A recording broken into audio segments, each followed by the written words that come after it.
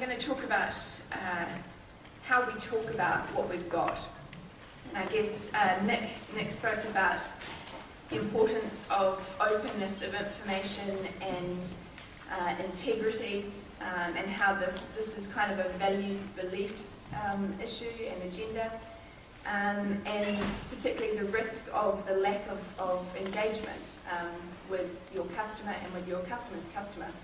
So I'll take those kind of issues as my starting point, and look at how companies can engage.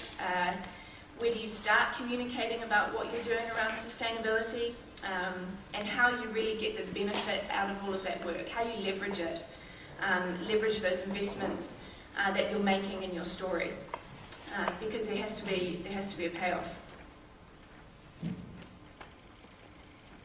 So, it's clear sitting in the UK, there's a plethora of kind of labels or standards, not just across food products, across all types of products and services. And ethical logos can be really important from the perspective that they're auditable, they're verified. They're a great way of engendering a level of consumer trust in your product or your brand or your service. And they kind of provide assurance for consumers that somebody that knows what they're talking about has done some work on this. Some big complicated issues, I might not understand them as a consumer, but somebody who does has taken care of this for me. But they're not a communications tool. Likewise, historically, a lot of companies have focused their sustainability comms budgets around CSR reports or corporate social responsibility reports, which kind of outline to their stakeholders the progress they've made in engaging with society or the environment. But Nick referenced trends sort of building around integrated reporting, and not having a standalone CSR report, but reporting in a single report across a range of non-financial metrics.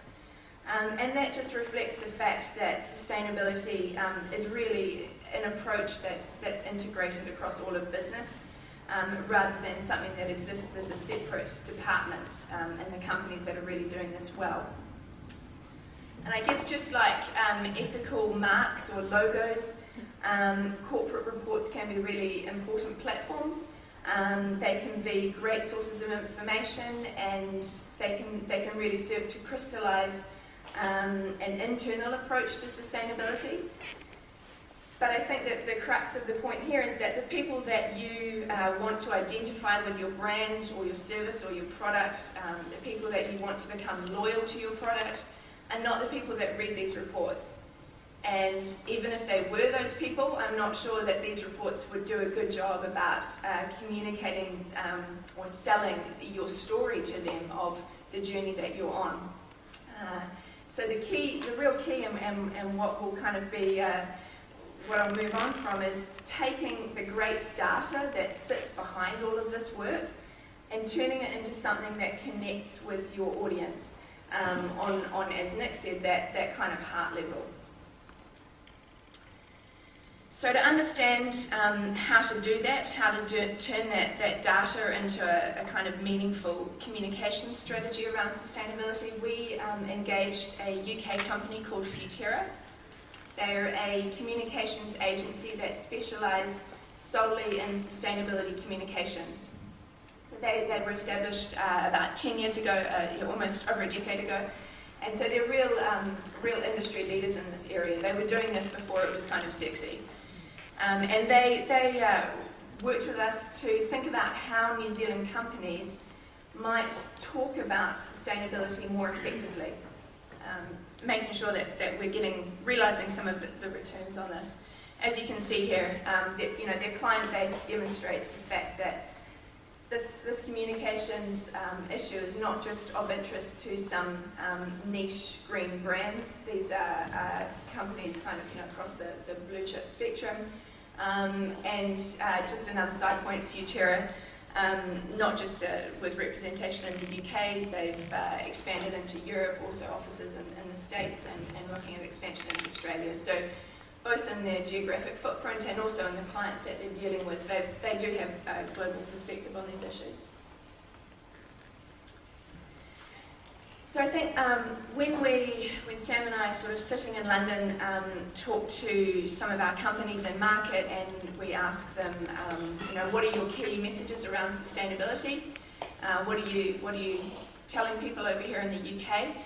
9 times out of 10 they say nothing.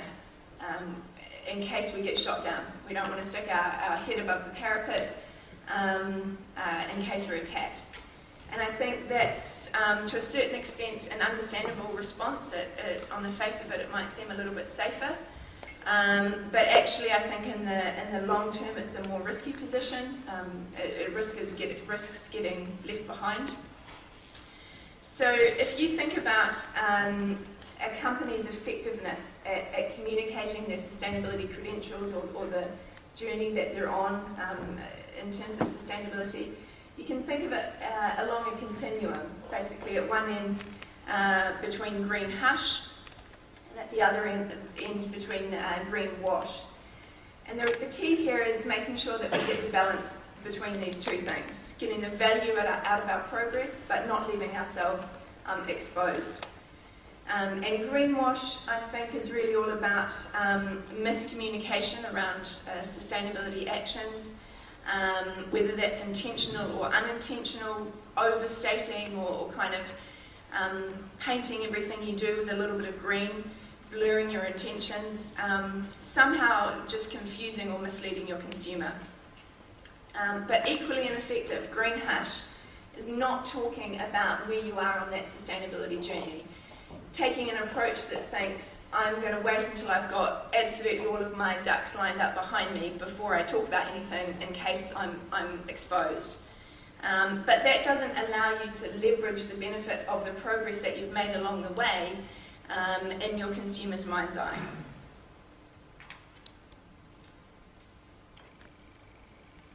So in order to get that balance right, to balance the hush and the wash, the key here is matching your performance where you are with the perceptions that people have of your brand, and working to improve each of those things in step with the other. And I just point out that this diagram is to a certain extent a little bit misleading with a nice big X on the top here. That's not meant to represent the fact that there's some perfect spot we're aiming for. There's no end state to sustainability. Sam and Nick both referenced that kind of ratchet clause, the fact that the minimum bar is just rising, and as we understand more, we're understanding how to do better business and be more sustainable. But the important fact here is recognising where you are and having a vision of where you want to be, and a communications plan for how you're going to get there.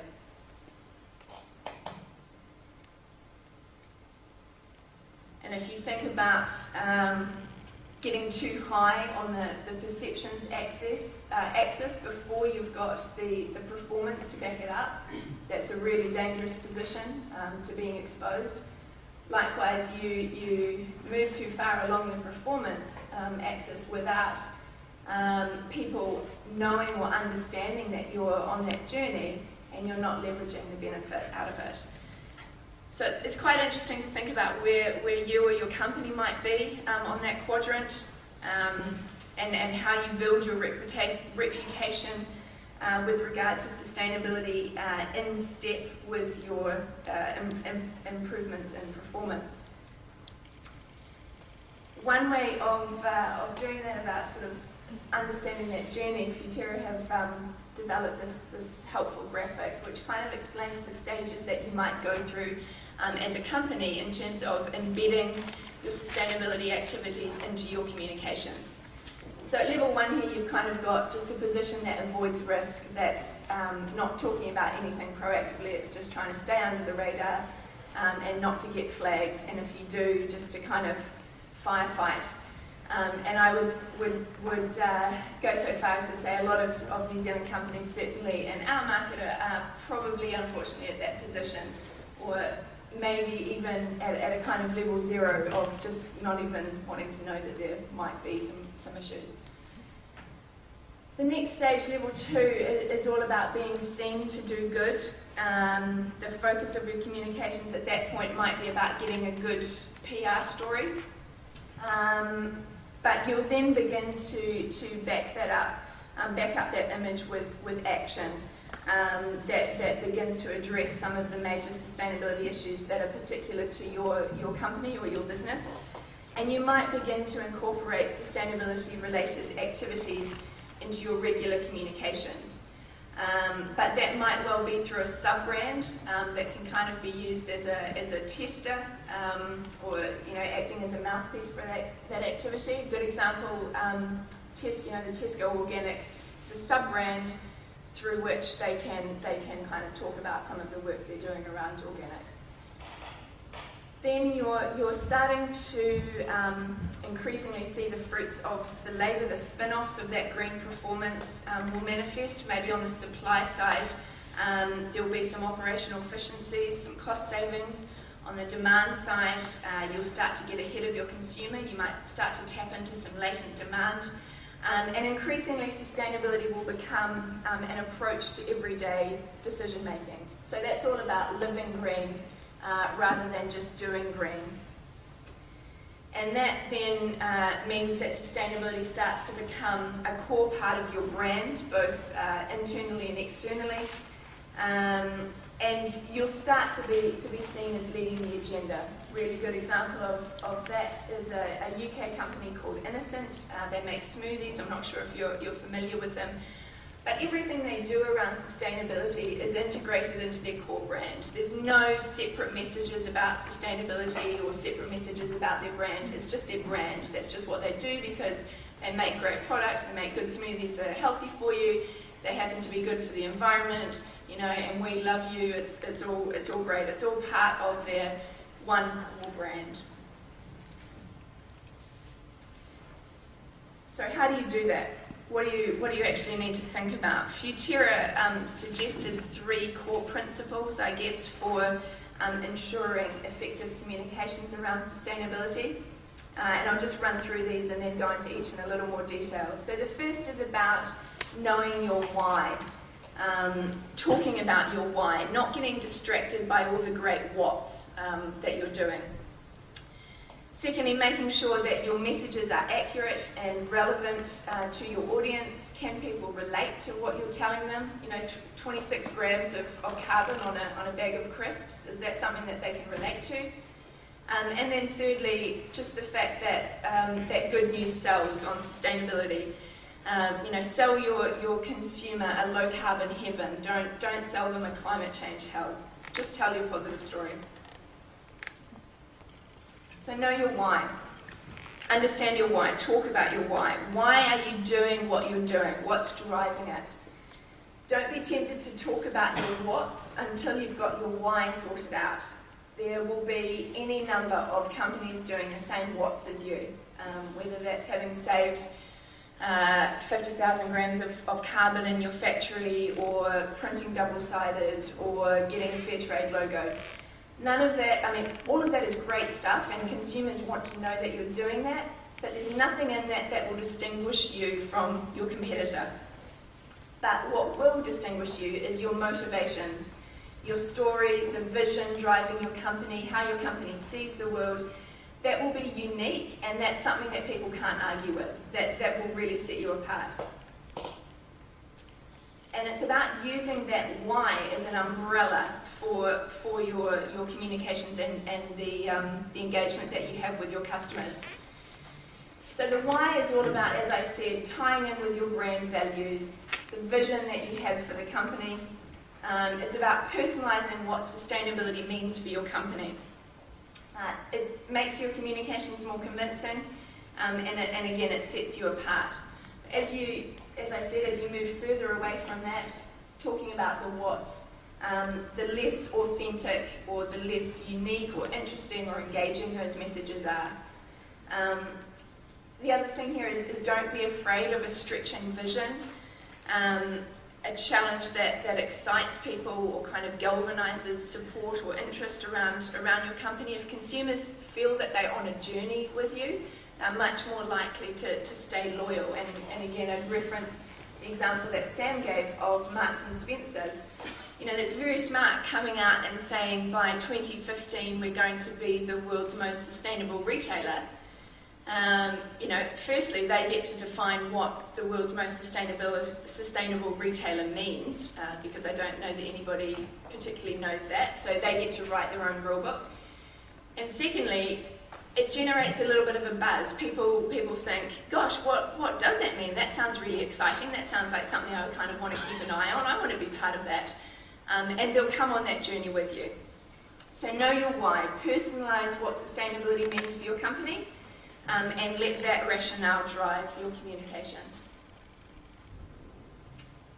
Check yourself. Are you accurate? Are you relevant? You know, it might seem pretty obvious, it's not rocket science, but you know, we live in an information-rich world.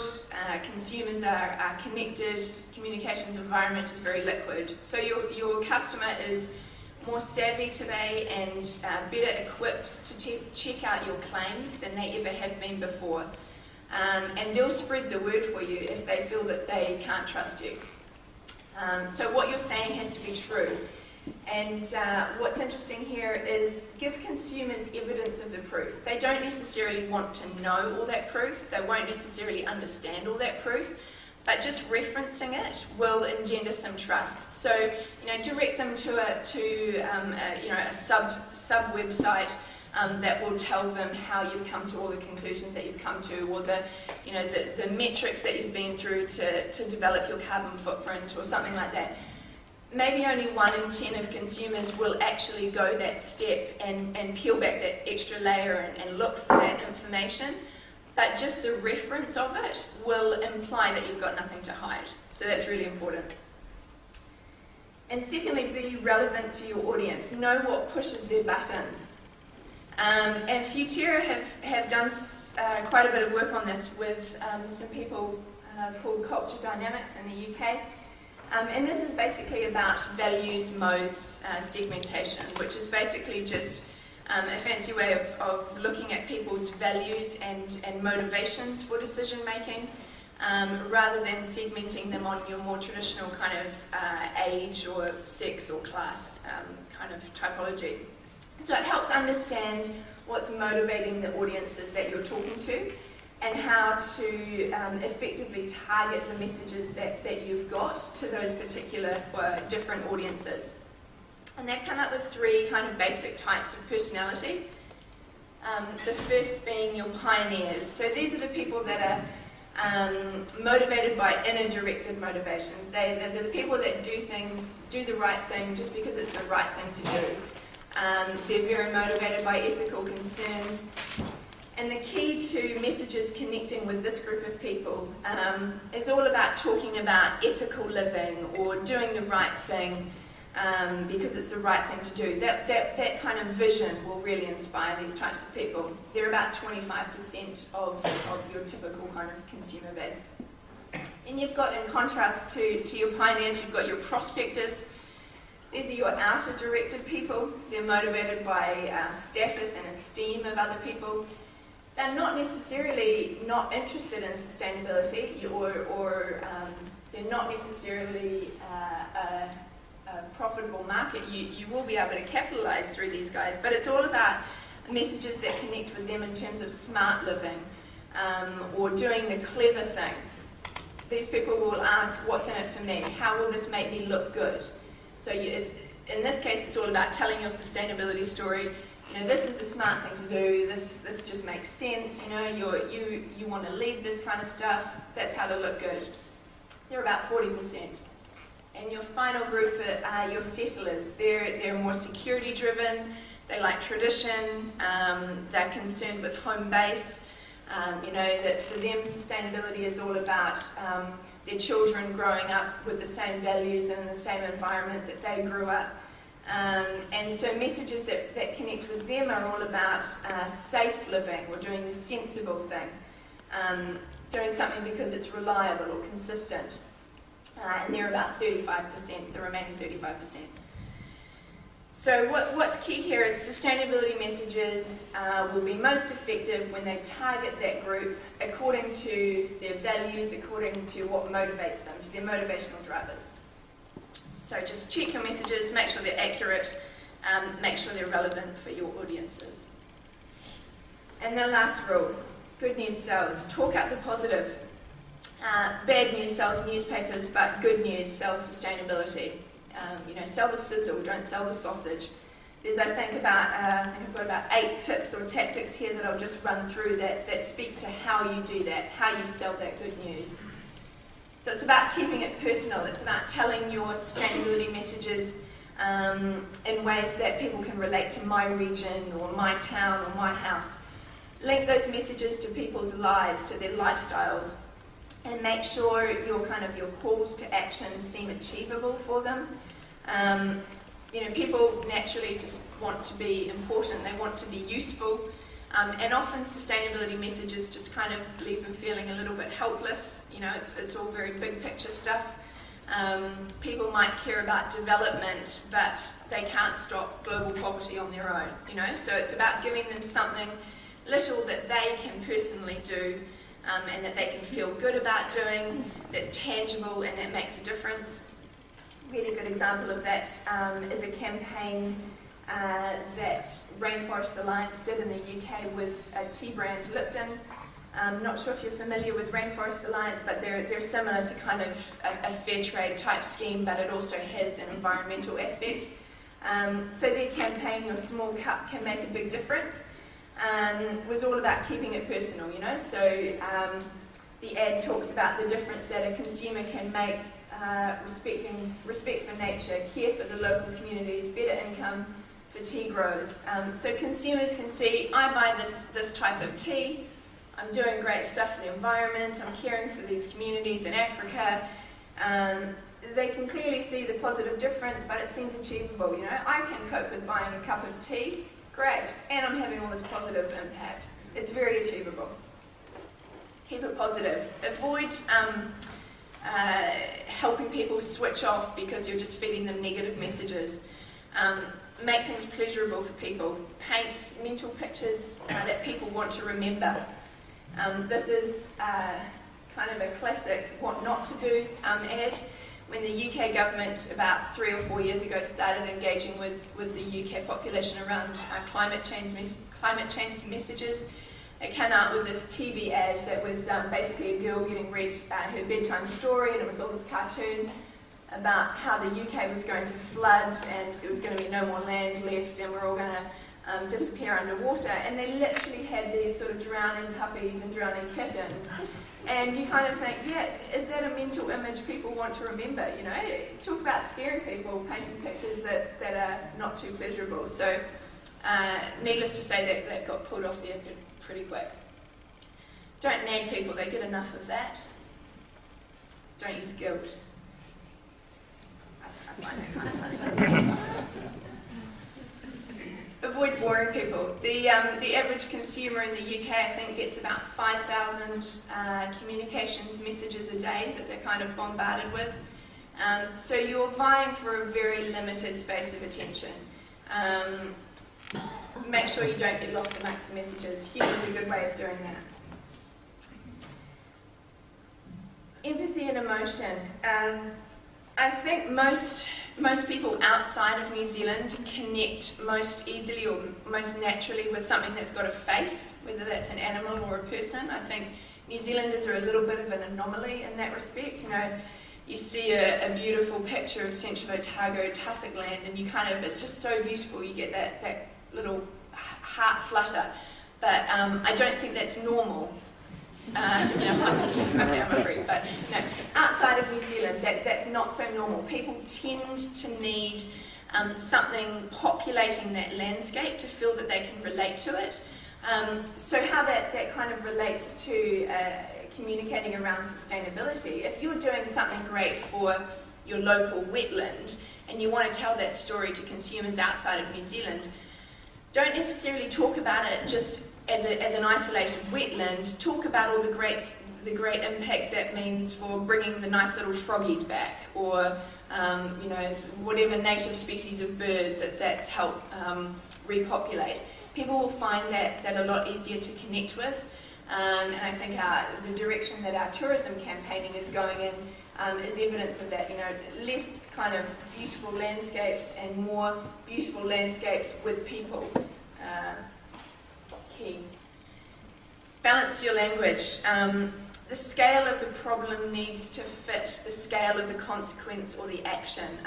There's always a risk with sustainability communications that the scale of the challenge just seems so massive. You know, you have visions of Al Gore on a cherry picker and it's all very overwhelming, and how do we deal with that? And then we tell people to walk out of a room and switch the light off, and you know, we'll solve climate change. And the scale of the solution just seems minor in comparison. So make your solutions sound much more heroic, and present the scale of your solutions in proportion to the scale of your problems. Terminology is key. People like to think of themselves as smart and savvy. They don't like to think of themselves as efficient and boring, so play to that.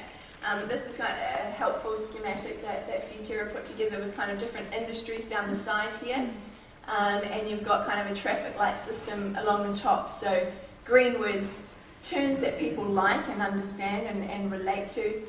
Orange words kind of used with caution, and red words, words that consumers might misunderstand or not feel that they're able to relate to. So, you know, you don't want to think of yourself as an eco-safe driver. You want to think of yourself as a savvy driver, because that's a little bit cooler. Don't necessarily talk about microgeneration, because people don't want to admit to not knowing what that means. Talk about things that kind of say what they are. You know, zero waste. I don't need very much background knowledge or understanding of waste issues or life cycle management issues to kind of get a basic handle on what that might mean.